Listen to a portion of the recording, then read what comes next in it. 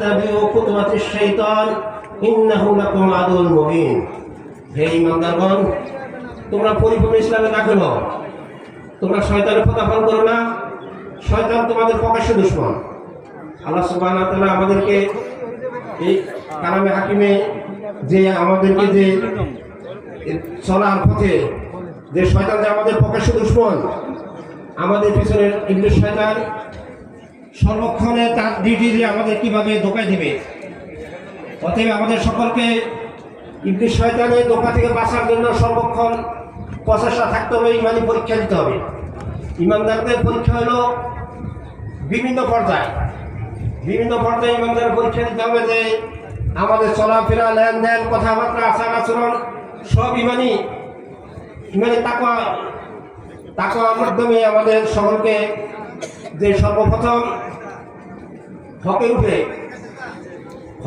হকে আদেশ করতে হবে, অসৎ কাজে নিষেধ করতে হবে।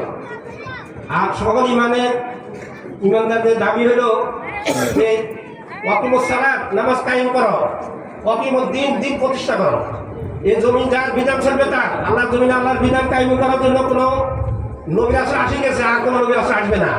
এখন যারা তার বংশধর, তারা এই নবী রাসূলদের উত্তরাধিকারী, তারা এই জমিনের বিধান, আল্লাহর বিধান কায়েম করার জন্য তাদের প্রচেষ্টা সর্বস্থায়, তার যতদিন আছে ততদিন তাদের দায়িত্ব আছে। এই দুনিয়া থেকে আমরা কেউ থাকার জন্য আসি নাই, কিছুক্ষণের জন্য আমাদেরকে আল্লাহ আমাদের এই মুসাফির হিসাবে আমরা আসছি দুনিয়াতে। আর যখন আমাদেরকে আল্লাহ ডাক দিবে আমরা চলে যেতে হবে। তবে আমাদের সাথে রইবে কি আমল, যে আমরা নেক আমলটুকু করতে পারছি, এই নেক আমলটুকু আমাদের সঙ্গে যাবে। আর যারা নাকি শয়তানের ওয়াসওয়াসে একজন